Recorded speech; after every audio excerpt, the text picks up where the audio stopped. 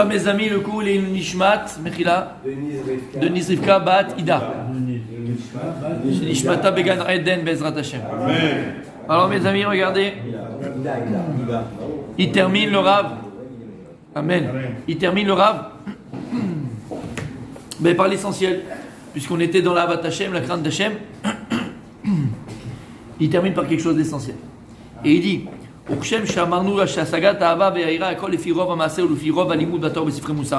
la même manière, on a expliqué, il dit le Rav, que l'amour d'Hachem, la crainte d'Hachem, il grandit en fonction de l'accomplissement des mitzvot ou de la Torah, d'études de la Torah, ou des Sifrei Moussar, des livres d'éthique que l'on va étudier.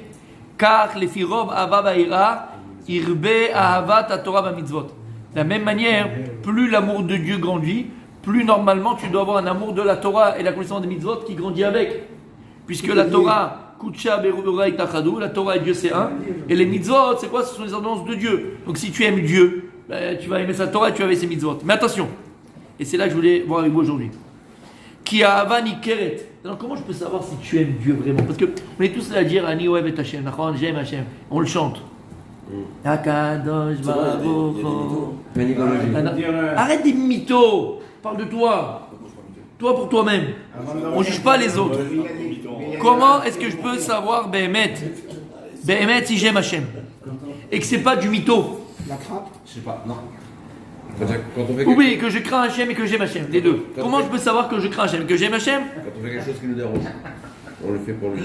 Aïe, franchement, je sais pas d'où vient celui-là. Il vient de la planète. Quand t'aimes ta femme, tu fais des trucs qui te dérangent.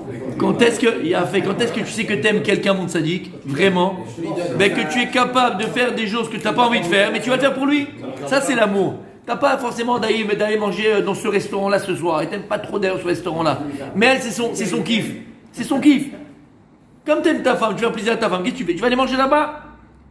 D'accord? Elle kiffe aller faire du ski nautique. Toi, t'es plus la montagne. Oh, tu sais qu'elle kiffe. Eh ben, qu'est-ce que tu fais? Comme tu aimes ta femme, qu'est-ce que tu fais? Tu fais Retsona. Et vice-versa. Si ta femme, elle t'aime profondément, et est-ce qu'elle n'aime pas, mais comme elle t'aime, elle va faire ton Ratsan. Eh ben, les amis, on peut tous ressembler. On peut tous ressembler à ce type-là qui est là, hein, et qui te dit, Rabbi Chaim, et qui te dit, moi j'aime Dieu dans le cœur, moi, Dieu il est là, À l'ancienne. Dieu il est là, Dieu. Je danse le Mia, ça. Hein, je danse le Mia, Dieu il est dans le cœur. Et à côté de ça, mon sadique, Rabbi Aaron, Il fait rien pour lui. il se comporte. Il fait rien pour lui. Il comporte à l'inverse de ce que Dieu demande. C'est les féniennes. Non, à l'inverse de ce que Dieu demande. Tu comprends, mon sadique? C'est la troupe. C'est la troupe. David, d'accord? C'est la troupe T'as des compris, mon Rabbi féniennes. David? Voilà. Pour savoir si Behemet on aime Akadosh Baruch Hu, alors est-ce qu'on est capable de se faire et d'accomplir ce qu'il nous demande, même quand ça nous dérange? Sinon, tu imagines aimer Dieu, tu espères peut-être aimer Dieu, t'aimerais bien aimer Dieu. T'arles. T'aimes pas Dieu. T'aimerais ça. T'arles, t'aimes pas encore Akadosh Baruch Hu? Rav, au début. Je sais que ça dérange, regarde, ça va déranger, regarde. Non, mais Rav, au début, Je Shabbat, l'aime, ça c'est dérange, très oui. contraignant. Au début, celui qui apprend pas à connaître Shabbat, à aimer Shabbat, au début, c'est très contraignant, Ouais. franchement. Ouais. Pour le premier qui veut faire son premier Shabbat, il devient ouf. Ouais. Mais s'il le fait dans la C'est contrainte, que des Ouais, c'est qu'il aime Voilà. Donc le fait de vouloir, malgré toutes ces difficultés, Oui. etc., le fait, Oui. ça montre quand même qu'on aime Dieu. Non, ça veut dire que tu as commencé à comprendre, mais t'aimes pas Dieu. Ah bon? Mais va d'ailleurs. Tu commences à comprendre, mais c'est bien, c'est un début, attention, on n'est pas en train de dire. Là, on parle d'Avat Hashem. Quand est-ce que je sais que j'aime Dieu? Behemet à 100%. Comment je sais que j'aime Dieu? Parce que quand je fais sur Hatsan, c'est tout, il n'y a pas où aller. Et ça nous touche à tous, chacun avec lui-même. Tu comprends? Chacun, il n'y a pas de, entre guillemets, de niveau dans ça. Ok, on est tous dans le même bateau. À partir du moment où je ne vais pas faire une chose parce que ça me dérange, moi personnellement, je parle de moi maintenant, c'est que mon Avat Hashem, elle est un petit peu tordue. Et chacun avec lui-même.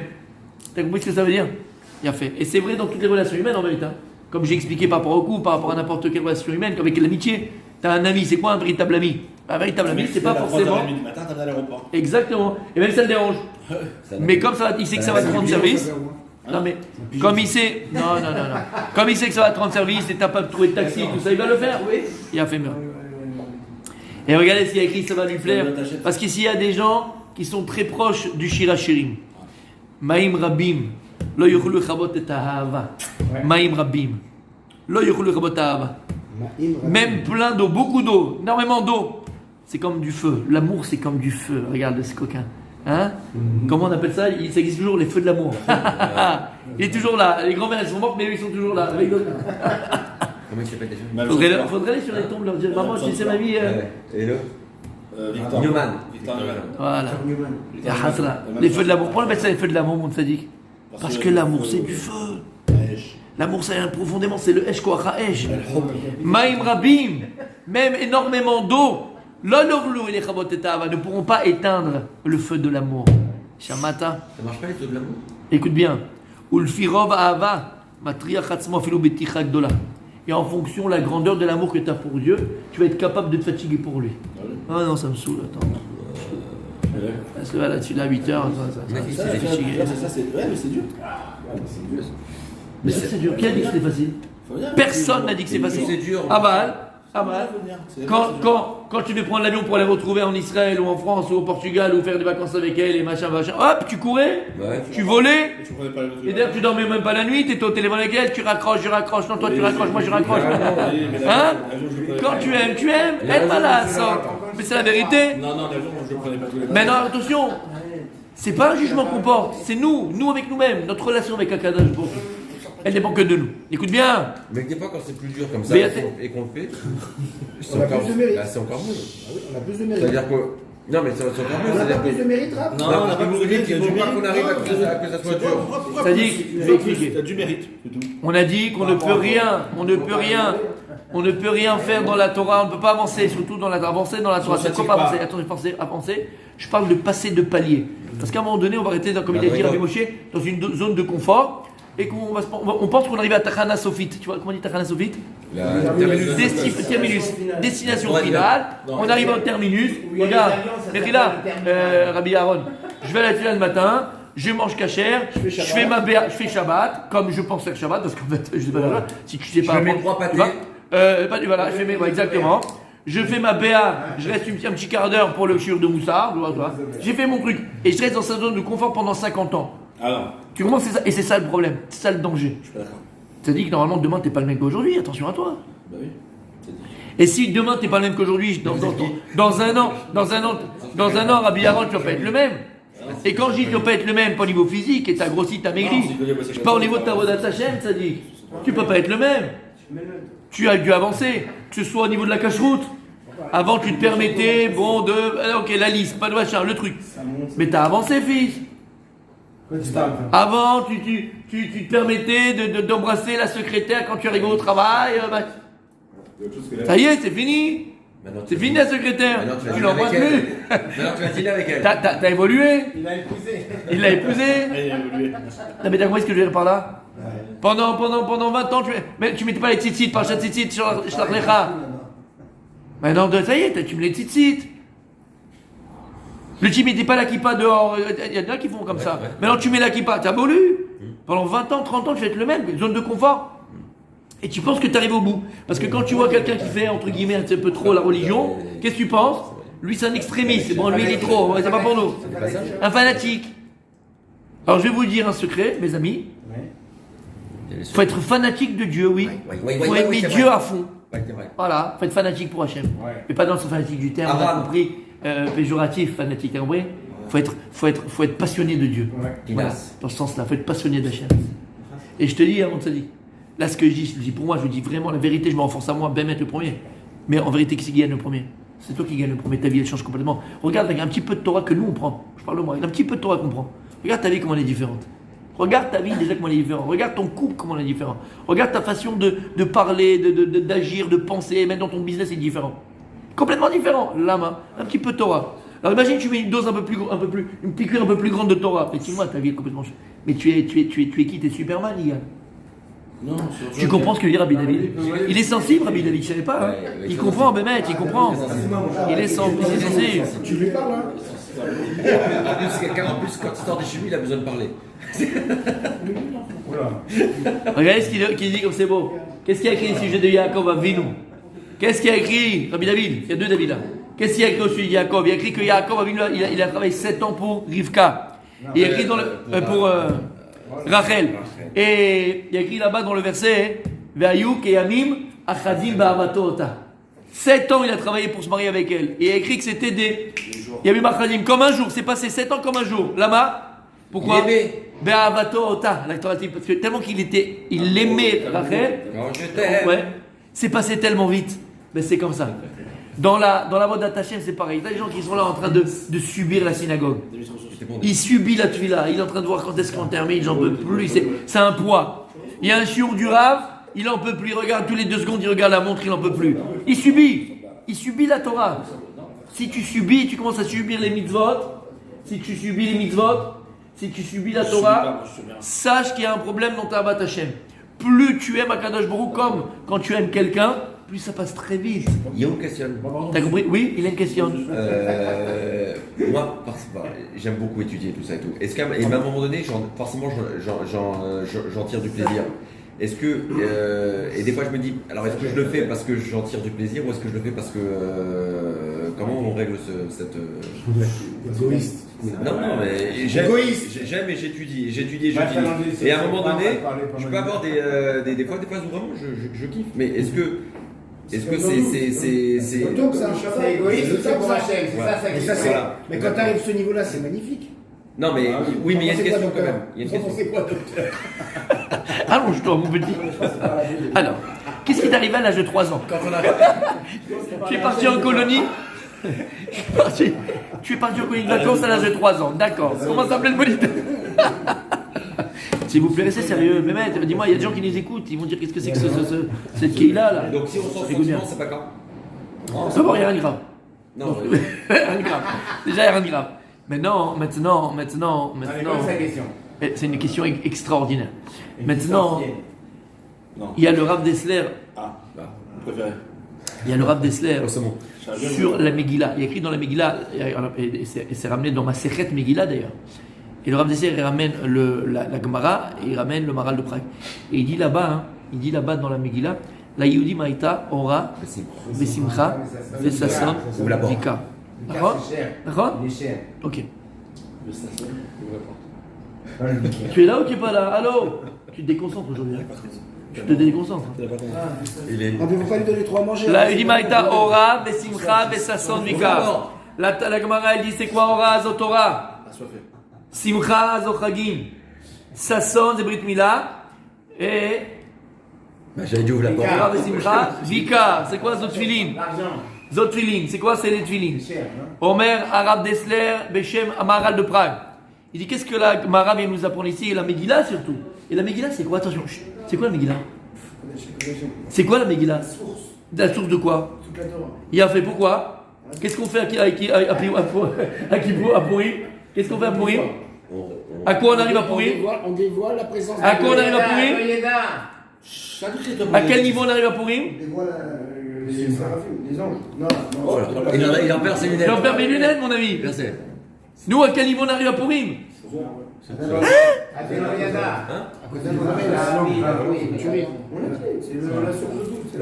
Émet, mais on arrive à quel niveau? Mais vous parlez en la mort? Vous parlez en quoi? Amour. À quel niveau on arrive, Julien? Yafé, pourquoi? On arrive à Avat Hashem. Kippour, Yom HaKippourim. Kippour, c'est Kippurim. Kippour, c'est Beira, par crainte, et Purim, c'est Be'ava. Be'ava, on avait dit, parce qu'il y a le corps et l'âme. Donc on arrive à cette symbiose. On ne peut pas arriver à aimer s'il n'y a pas de shalom. Shalom, c'est la paix. C'est la paix, c'est la plénitude entre le corps et l'âme. Shamata, n'oublie jamais. T'as compris? Et qu'est-ce qu'on dit là-bas? C'est quoi? C'est Purim. Mais Purim, c'est le plus haut niveau d'Avat Hashem auquel on peut atteindre. Toute la Torah, elle est dans la Megillah. Alors qu'est-ce qu'on dit? Là, il dit Ora Besimcha, Ora Zotora. Il dit le Maral de Prague. Il y a 4 niveaux, 4 degrés. Il y a 4 degrés de quel l'homme peut arriver ou pas atteindre d'attachement à Hachem. Il dit le premier degré, c'est quoi? Ora. C'est quoi Ora? C'est Torah. Et il dit ce que tu dis. Premier niveau d'attachement à Hachem, c'est par la Torah. Comment par la Torah? Il dit que lorsque maintenant tu vas arriver à étudier, et tu vas étudier, qu'est-ce que tu fais quand tu étudies? Tu étudies normalement avec ta tête et ton intellect. Tu vas avoir une ana'a. Un kiff, un plaisir. Mamash, dans ta question, dans ton limoud, dans ton. Comment? Une vraie jouissance. Non, une vraie jouissance dans ton limoud. Un vrai plaisir. Il dit Il dit Rabbi David, ça c'est le premier niveau d'attachement à Hachem, qui est très élevé. Mais il dit, ça reste quand même le premier lama. Pourquoi premier niveau? Pourquoi? Parce que tu restes attaché au Limud Torah en fonction de ta compréhension de ton sechel, de ta réflexion à toi. Donc en vérité, tu t'attaches pas à la Torah directement, mais tu t'attaches à la Torah par le moyen que Dieu t'a donné de la comprendre, qui est ton sechel. Donc en réalité, ça revient un petit peu à Abatatzmo. C'est un amour de la Torah, mais qui est encore lié à soi. Tu comprends ce que je dis? C'est logique. Parce que c'est toi qui as fait meurtre.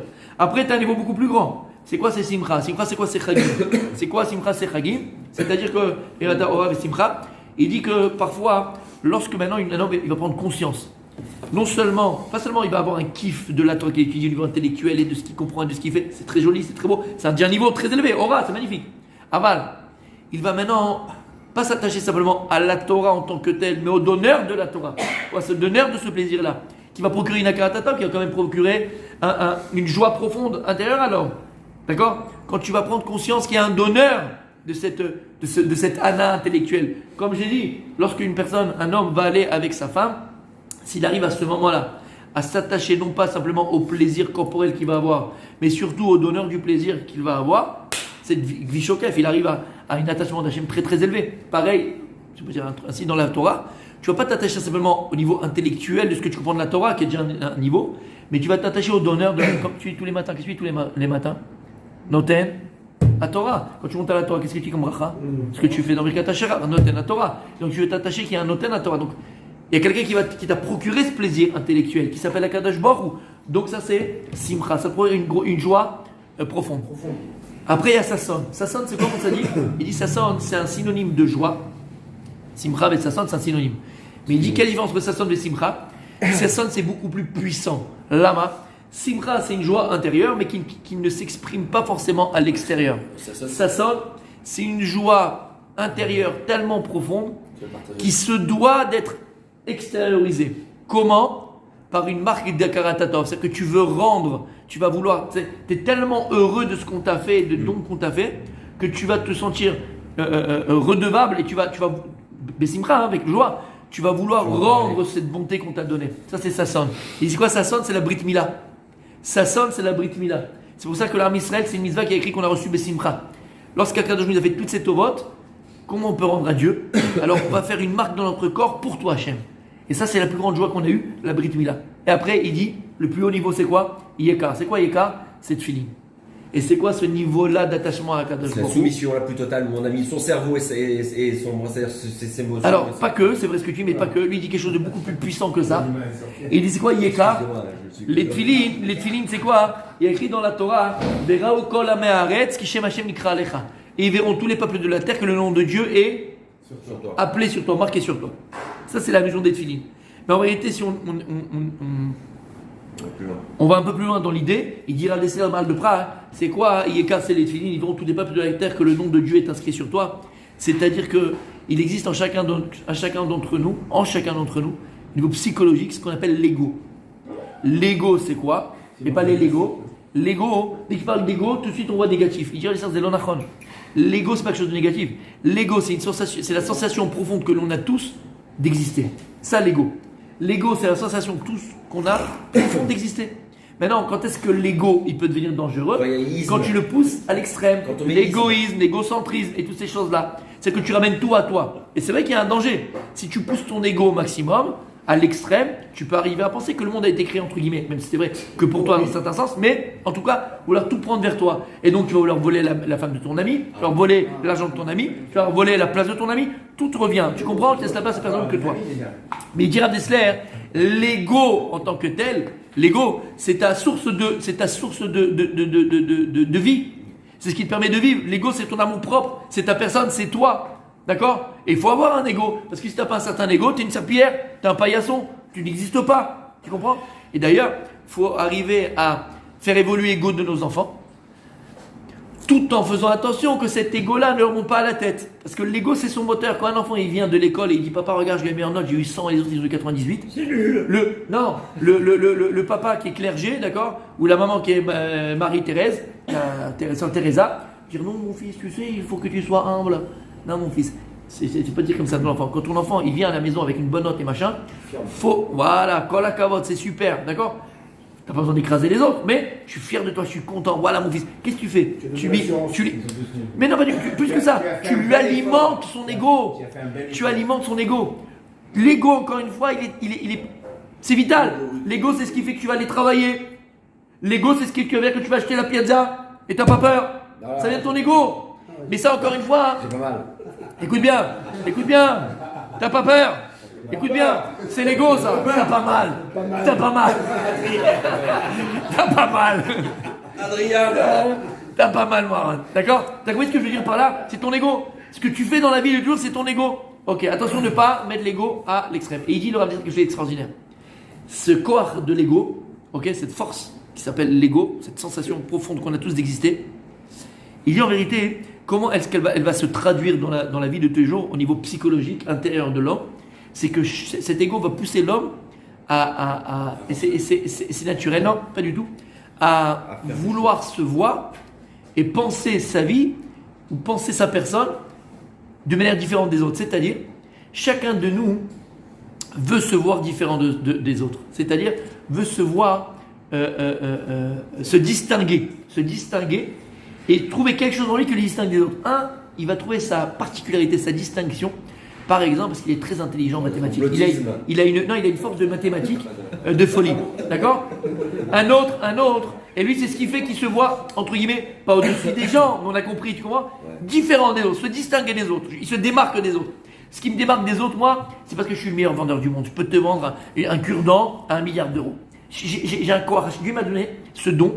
Et c'est ce qui me démarque des autres. Chacun va trouver une démarcation, sa particularité qui fait qu'il est différent. Et d'ailleurs, si on voit bien ça c'est très bolette, on le voit vraiment. Quand par exemple on rencontre une jeune fille, rencontre un garçon et puis ça marche, d'accord? Et qu'on commence à s'attacher, ben la fille, ce qu'elle désire le plus au départ, c'est que son futur mari, son futur fiancé ou son fiancé, ait un regard sur elle particulier, c'est-à-dire qu'il la voit de manière complètement différente de toutes les autres femmes. C'est que moi je suis différent, je ne suis pas comme tout le monde. Et vice versa. On a besoin, quand on aime quelqu'un, que l'autre ait un regard particulier qui nous démarque, qui nous distingue des autres. Et c'est très puissant, c'est très vrai. D'accord? Ça s'appelle l'amour. Ça s'appelle l'amour. L'amour, exactement, fait qu'on a envie qu'on nous regarde de manière différente. D'accord? Il dit, regardez ça pour répondre à ton question, on termine avec ça. Il dit, lorsqu'une personne, elle arrive à trouver sa distinction, sa démarcation, ce qui la démarque des autres, c'est plus parce qu'il est le meilleur joueur de foot. C'est plus parce que c'est un grand mathématicien. C'est plus parce que c'est le meilleur vendeur du monde. C'est pas parce que c'est un beau gosse. Il a une tête de Bob Lancaster. Comment il s'appelle? Lancaster là. D'accord? Bob Dylan, je sais pas comment il s'appelait. Ils sont dans Brad Pitt. Ouais. D'accord? Et d'accord? C'est plus ça qui distingue. Mais lorsqu'une personne, BMT, elle trouve sa démarcation, qu'elle trouve qu'elle se démarque, parce qu'elle est Eved Hashem. Parce qu'elle est serviteur d'Akadosh Baruch Hu. T'as compris ce que ça veut dire? Parce que j'ai la Torah m'a transformé ma vie. Parce que je me lève le matin, je fais ma tefila, parce que je viens le soir et je fais mincha adrit et je mange caché. C'est qu'il est Eved Hashem. Et qu'à chaque instant il est Eved Hashem. Ce qui me différencie des autres, c'est parce que je suis Eved Hashem. Alors cette personne, elle est arrivée au plus grand degré, au plus grand niveau d'attachement à Kadosh Baruch Hu. Si tu trouves ta distinction au niveau psychologique, parce que tu es Eved Hashem, dit Rav Dester, au du Baral de Prague, c'est que tu arrives au plus grand niveau d'attachement à Kadosh Baruch Hu. T'as entendu ce que ça veut dire? Après ça, en même temps, tu es là-bas. T'as compris ce que ça veut dire? C'est Pele Plaim. Donc en réalité, pour répondre à ta question, c'est déjà le début. Quand tu vas étudier et tu as un plaisir à ce que tu fais, c'est bien, il faut. Mais c'est le début. On continue demain, Metzadikim. Allez,